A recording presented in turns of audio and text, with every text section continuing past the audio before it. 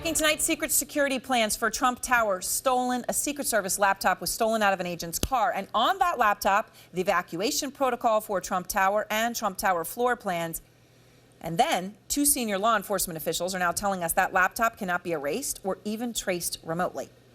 That's pretty shocking. And this setback for the Secret Service comes as the House Oversight Committee Chairman Jason Chaffetz reveals that a White House fence jumper was able to rattle a White House door handle before he was captured after 16 minutes on White House grounds.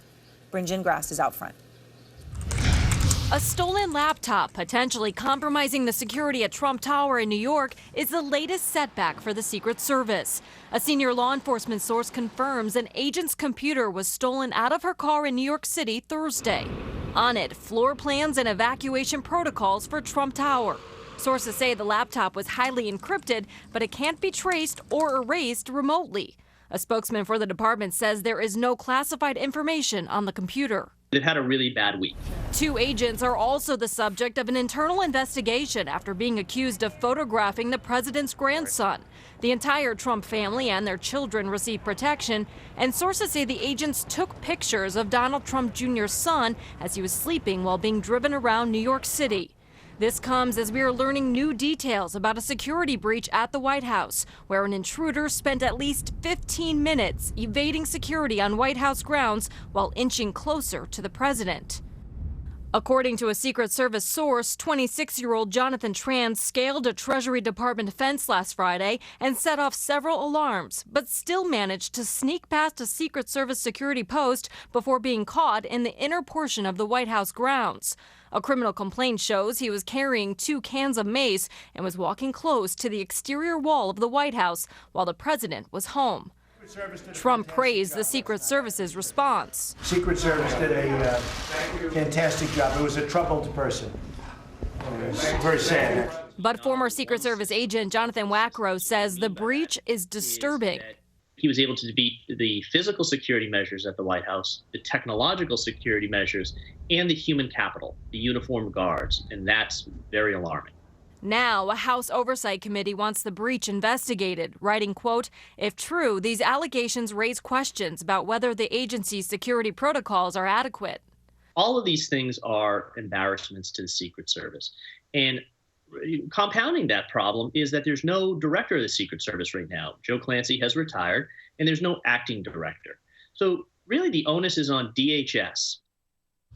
And about that last breach, the Secret Service admits there were lapses in security protocols. It actually says it conducted its own investigation and interviewed dozens of people, actually reviewed radio transmissions and also surveillance video, and said it's actually angry that this even happened, and said it is trying to fix the problem right now. As for the intruder, Aaron, he was released from jail with GPS tracking. He's not allowed in the Washington, D.C. area until he's back in court next month. Aaron? All right, Bryn, thank you. And now let's go to Republican Congressman from Texas, Will Hurd, former CIA officer, also sits on the House Intelligence and Oversight Committees. A lot to talk to you about tonight, Congressman. Let me start with the laptop. Extremely sensitive information on it. It can't be erased. We understand it cannot be traced. How serious is a lapse like this?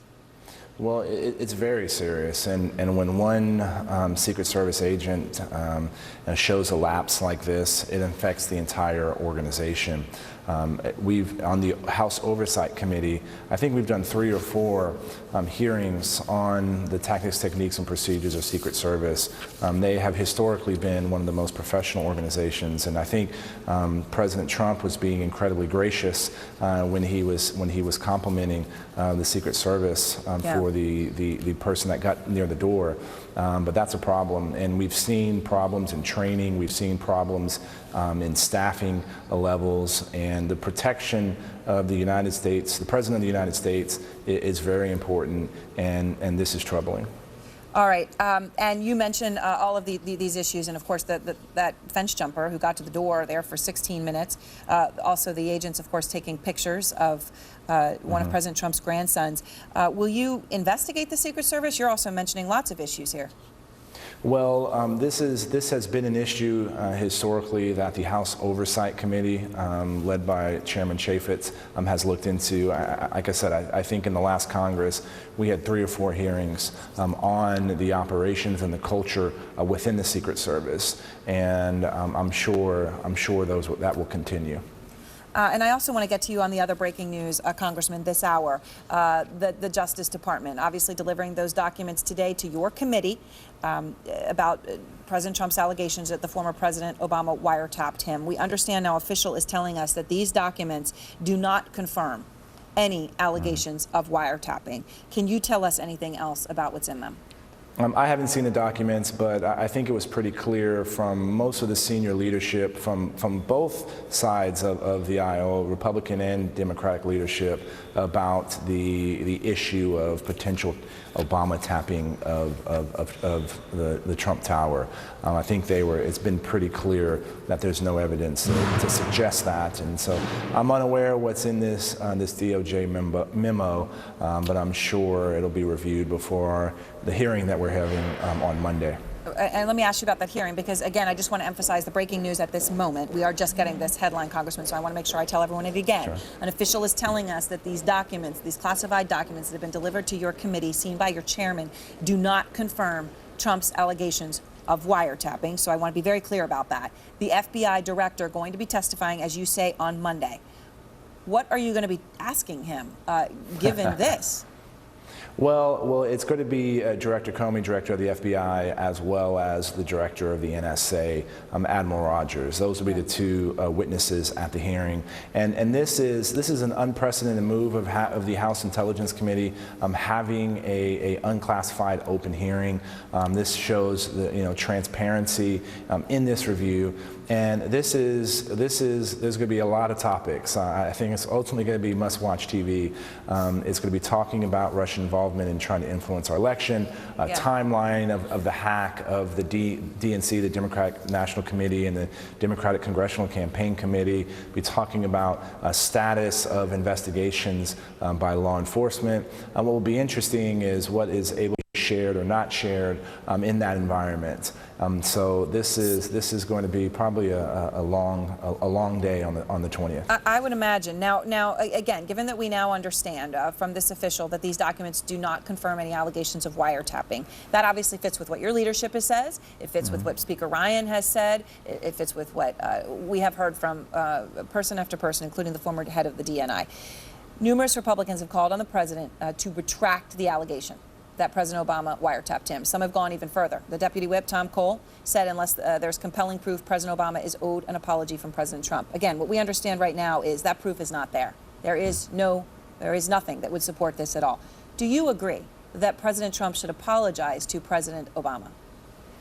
Well, I'm going to quote my father, Bob Hurd, and it's something that he's told all of my friends when they've got married.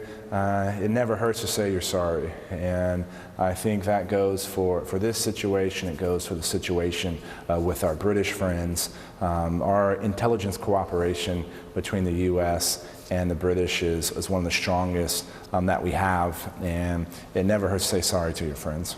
Do you wish that he had taken that opportunity today when he was given it? Well, he's the President of the United States. He can do what he thinks is in his best interests, but this is something that will probably linger. And the issue of privacy in the United States is important, is tantamount of protecting civil liberties. Privacy is an issue that's very important in Europe.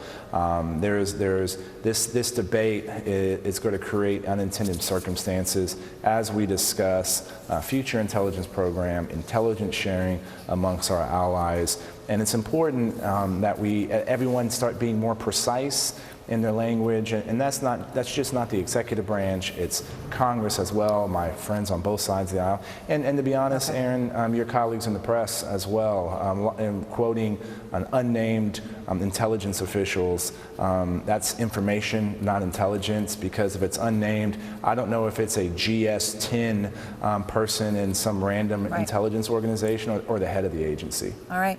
I appreciate your time, Congressman. Good to talk to you again. Happy St. Paddy's Day. All right, you too.